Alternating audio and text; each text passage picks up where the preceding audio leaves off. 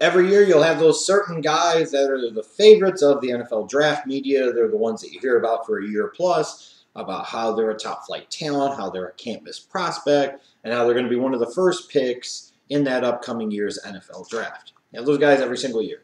And sometimes the reality matches the hype and sometimes it doesn't. But there's no question that this year, arguably the single most hyped prospect heading into this 2016 NFL draft is Joey Bosa, the 6'6", 275-pound defensive end, the junior out of Ohio State, has had a year of people singing his praises and pumping him up and talking about how he's the next great thing, and he is the #1 prospect in this draft class for a lot of people, a lot of outlets, a lot of sources, and how he's the closest thing to a can't-miss player in this draft. Now, does the reality match the hype, or is there more to the story, and is he another product of the early hype machine continuing to feed upon itself to create its own alternate reality? Well, let's take a look. In terms of Bosa, here's what I really like about his game, his length and his strength. 6'6", 275 pounds, decent length arms, but really, really strong. I mean, he really maximizes his 275 pounds in terms of his physicality, in terms of his pure strength. Here's a guy that you can see holds up at the point of attack, has a really good ability to anchor. He's not one that often gets driven back. He's not a guy that's going to get bull rushed. He's a guy that can use his length and his strength very, very well. Gets really good leverage on a pretty much consistent basis. So that's a good foundation right there. Then you look at this guy too, and you see a guy that's tremendous in terms of his technique, in particular with his hand usage. I really, really like the way he uses his hands to shed blockers, to set up blockers. Does a really, really good job of that. Keeps his hands in a generally good position. He's a guy that seems to win a lot of those who's going to engage first is the guy that wins. More often than not, to me, when I watched on film, it seemed like Bosa would be that type of guy. I also look at his pass rush moves, and for a guy that's not the quickest, not the most explosive, he's got a nice array of well-rounded pass rush moves. Now, sure, you could always say they could all need work, and there are certain areas that need work, but here's a guy that can use his hands to shed somebody off. He's got a rip move. He's got a swim move. One thing I saw in 2014 that I wish I would have seen more out of him in 2015 was a spin move, because the way he uses his body and the way he uses his hands to set up blockers, I think that spin move could be an incredibly lethal weapon in his arsenal. And frankly, for a guy that has to compensate for a lack of pure explosiveness, that's a move that can help out in terms of getting offensive linemen, in particular tackles, off of their center of gravity, off of their base, help them to lose their leverage. He did that more in 2014 than he did in 2015, and I don't know why he went away from the spin move, because I thought it was an effective move, and I thought it was one that he should have used more, and I think it's something he should use more at the NFL level. I also like his versatility within a 4-3 defense. Here's a guy that I think in pass rush situations can play any of the 4 line positions. You like that type of versatility. You like those guys that you can deploy in different places. You can utilize in different ways. He might be able to play right end at the NFL level. I'm not sure. He's definitely a 4-3 left end, no question about it. But you can flip him inside, like I said, in pass rush situations, and you can play him at either defensive tackle position. So he's got 4-position versatility in certain situations on the defensive side of the ball in a 4-3 defense, and teams are really going to like that versatility. While he's, again, not the most explosive player, you like that versatility and the fact that with that length, with that strength, he could be a very effective weapon, because now you kick him inside, and he's going against guards and centers that have slower feet anyways. Now he can match up almost strength-wise with them, but he can use his superior technique and his ability to set up those blockers with his ability to keep his pad level consistent, use his hands very well. He could be a very effective interior pass rusher. I almost think if Bosa was 295, 300 pounds, he'd be a great 3-technique defensive tackle at the NFL level. Again, but playing in a 4-3. So there are plenty of things to like about his game. But then I get to some of the question marks. I've got some big ones. For a guy that's being talked about so much as this kind of can't-miss prospect, I just don't see where the can't-miss is. He doesn't have great explosiveness or initial quickness. So you have some concerns about whether or not he can consistently win off of the edge. Now, some will point to this film and say he consistently won off of the edge more often than not at the college level when he needed to, when he wanted to. And that's not entirely untrue, but the fact of the matter remains is that he did that primarily playing at left end, meaning he was facing college teams' right tackles, and some are going to point to the J.J. Watt example. That's a different type of deal, a different type of beast. You're talking about Joey Bosa at the college level again. He's going up against the second-level offensive tackle, guys that can't even play left tackle at college, let alone at the NFL level, might not even be able to stick at right tackle at the NFL level. They might only be a left guard or a right guard. They might not even be NFL caliber starting linemen. So sometimes some of the production could be a bit askew based off of the matchups that he had and the fact that he was deployed 75 to 80% of the time on the left side of the defensive line. But you could see there at times where he struggled with explosiveness and in particular snap anticipation. You know, here was a guy that sometimes would have a propensity to jump off sides at bad times because he was trying to anticipate the snap. He would get thrown off by a hard count. But other times I think it was in part when you see those type of things, you have to question if the athlete understands that he lacks explosiveness and great burst and initial quickness and suddenness. And I think Bosa does. You know, and when you're talking about taking a pass rusher high, you know, it's always a warning sign to me if you're talking about taking a pass rusher high, in part because of their strength and their ability to play the run, which is a lot of people are going to talk about as Bosa's biggest strength.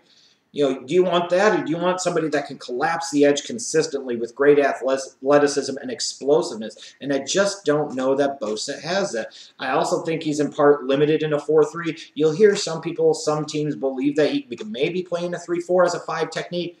I don't think many people are going to talk about him as a 3-4 outside linebacker, even if he drops some weight. I just don't know that he has enough lateral movement and hip flexibility to be able to hang at that position on a full-time basis. And in terms of defensive end, maybe he could play a 5 technique as a 3-4 defensive end, but it's still going to require him probably to put on 15, 20 pounds. And how much more explosiveness that he already doesn't have would he lose if he did that?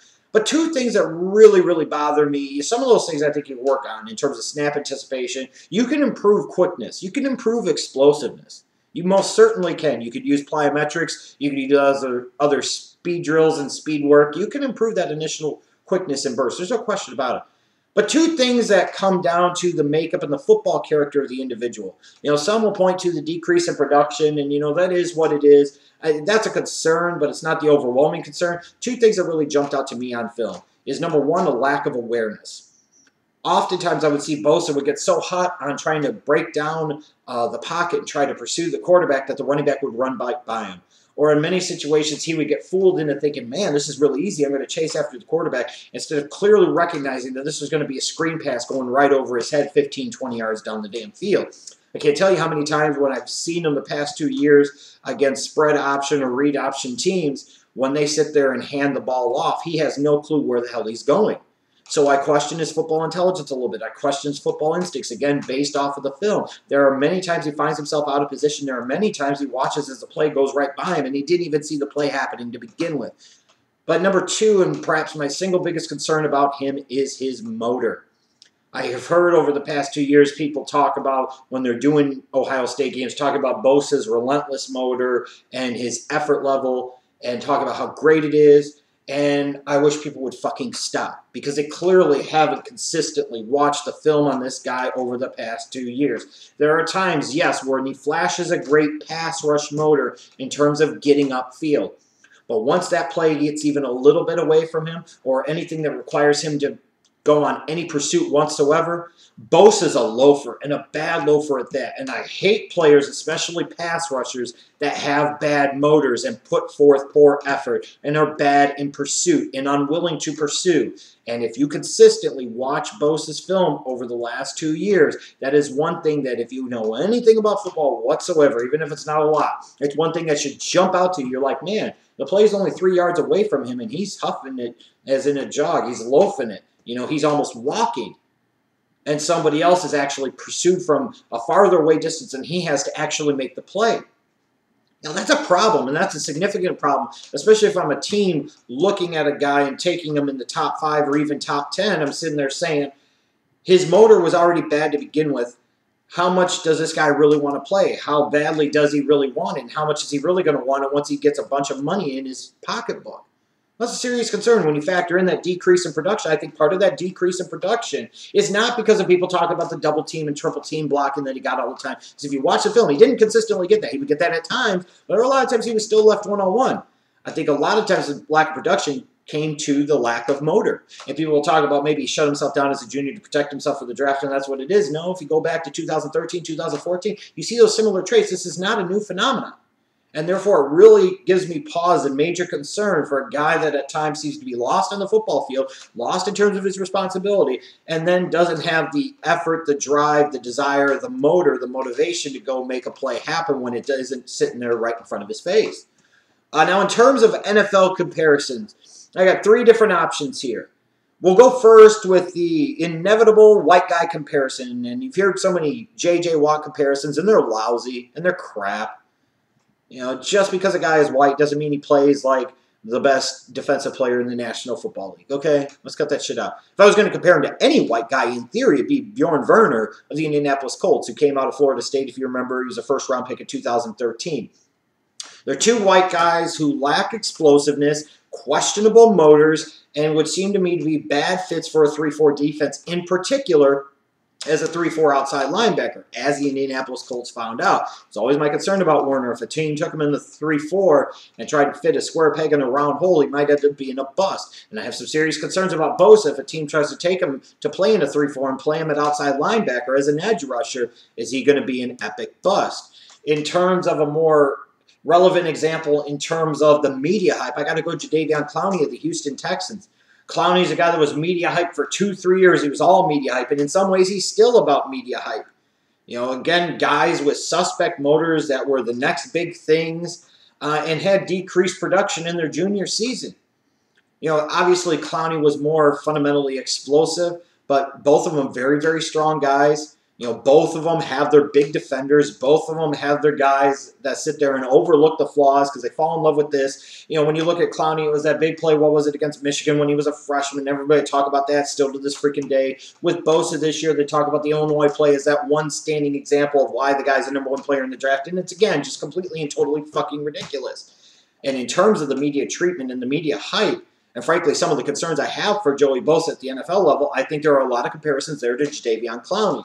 In terms of a pure football player, if I'm giving a best case, best chance scenario for a Joey Bosa, I think Michael Bennett of the Seattle Seahawks, where it's about strength, it's about technique, it's about versatility. Now, I think Bennett plays harder and has a much better motor, but there are similarities in terms of their size, length, strength, technique. You know, 2 guys that are outstanding in their technique, the versatility to line up outside or inside in a 4-3, especially in pass rush situations. You know, if you're taking Joey Bosa and you think he could be Michael Bennett, that's not a bad place to be because Michael Bennett is one of the very best defensive players in all of the National Football League. One of the 4 best defensive linemen for sure, beyond question, in the entire National Football League. The funny thing is, though, is Michael Bennett was once undrafted out of Texas A&M, and we're talking about Joey Bosa potentially being the #1 overall pick. So overall, there's no question Bosa is the single most hyped prospect in this 2016 NFL draft class. I think part of that is a product of self-fulfilling prophecy of the draft media, you know, believing certain narratives and then wanting to continue to perpetuate the cycle of propaganda. I think part of it comes from the exposure he got playing at a big program like Ohio State. I think part of it comes from the J.J. Watt factor. They see another white guy defensive end and they automatically want to lump him into that category because they've seen how J.J. Watt has just wrecked and fucking destroyed the National Football League. I do think 4-3 teams are going to love, again, his length, his strength, his technique, his versatility. Those are very impressive traits that Bosa does have that I most certainly will not deny. I think 3-4 teams are going to have some pause about whether or not he's really a fit for them.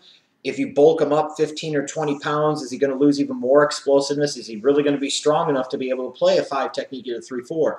Maybe, maybe not, but there are probably better, more natural fits for that position in this first round of this draft.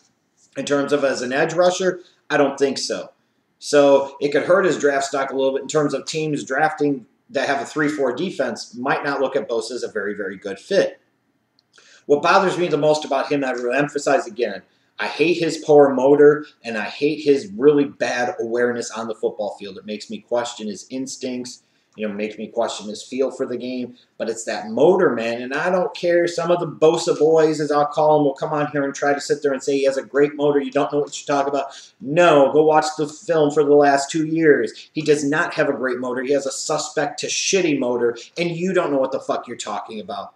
I'm concerned if somebody takes him in a 3-4 that he's going to end up being a bust because they're either going to try and play him at outside linebacker, he's not explosive, stick there similar to Bjorn Werner, or they're going to try and make him into a 3-4 defensive end, he's going to get kind of lost in the schmaz.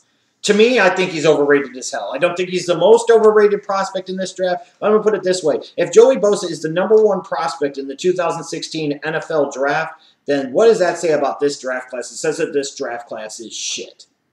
Now, I will say throughout my history at times, I've been most certainly wrong. In 2011, I was right about Cam Newton. I was fucking dead wrong about Von Miller. So there you go. But I come back to 2014. When I see special talent, I feel it, I know it, I sense it. And I felt special talent when I saw Khalil Mack and Aaron Donald. I did not feel special talent when I saw Jadeveon Clowney. I go back to 2010. I saw Ndamukong Suh. I saw Eric Berry. Those were guys at that time that I thought had special traits and characteristics. And when I watch Bosa on film, I just don't see a special player at the NFL level. I think he's going to be a good player, maybe even a very good player, that will make some Pro Bowls in terms of name recognition and what have you. But I don't know that he's ever going to be an elite talent at his position. And again, we're talking about taking a 4-3 defensive end that lacks explosiveness, where a lot of times people are going to talk about his ability to play the run. Is that the type of pass rusher that you want to take really, really high?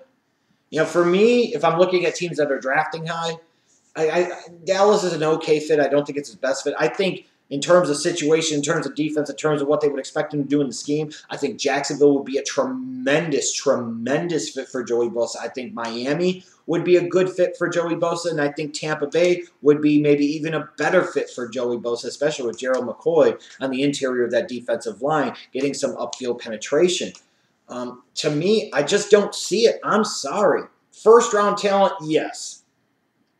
Top 15, 20 guy, yes. Maybe top 10 guy, but that might be pushing it. But again, I haven't rated everybody yet to know where he falls. But let's talk about Bosa being a top 3 or top 5 talent in this draft, and people still trying to say the Titans should take this guy at #1 overall, in my opinion, don't know what the fuck they are talking about. Now, maybe Bosa proves me wrong in 3-4 years, and that could always be the case. But to me, there is no way that you can look at his film, in particular the past 2 years, and say that this guy is the #1 prospect in the 2016 NFL draft, and there is no way you could sit there and make a logical comparison other than skin color to J.J. Watt. And it's just that simple. Like I said, I think Bosa's ceiling is Michael Bennett, but that's his very, very highest ceiling. But man, if you got there, then you got to be happy 10 years from now if you took him in the first round, because he's going to be a stud. But I think so much about Bosa is going to be about scheme fit and how he's utilized and accentuating his positives and masking and hiding his negatives. But again, if he doesn't improve his football awareness and he doesn't work on playing with a more consistent effort and he doesn't find that motor down somewhere, he's always going to be that player that people remember as a highly touted prospect, and they try to, the first couple of years, defend their viewpoint on him before they finally just come to the realization that he might end up being a bust. I'm not going to say all the way that Bosa is going to be a bust, but I think he's far from a lock, stock, cock, sure thing. That's for damn sure. And I'm surprised that so many people are frankly so high on this guy.